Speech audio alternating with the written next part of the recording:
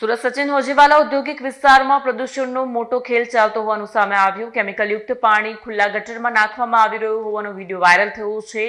કંપનીના ડિરેક્ટરનો જીપીસીબી વિભાગને ખુલ્લો પડકાર, શું તે setting.com છે?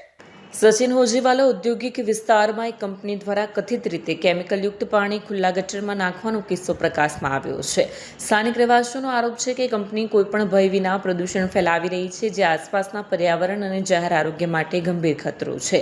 એવો આરોપ છે કે કંપની રાસાયણિક કચરો ખુલ્લા ગટરમાં નાખીને પર્યાવરણીય નિયમોની ખુલ્લેઆમ અવગણના કરી રહી છે। સ્થાનિક સૂત્રો કહે છે કે વારંવાર ફરિયાદો કરવા છતાં પરિસ્થિતિમાં કોઈ સુધારો થયો નથી, જેના કારણે પ્રશ્ન ઊભો થાય છે કે શું કંપની ગુજરાત પ્રદૂષણ નિયંત્રણ બોર્ડને પણ ખુલ્લેઆમ પડકાર આપી રહી છે? જો આરોપો સાચા સાબિત થાય છે તો પર્યાવરણ સંરક્ષણ કાયદા હેઠળ કેસ દાખલ થઈ શકે છે।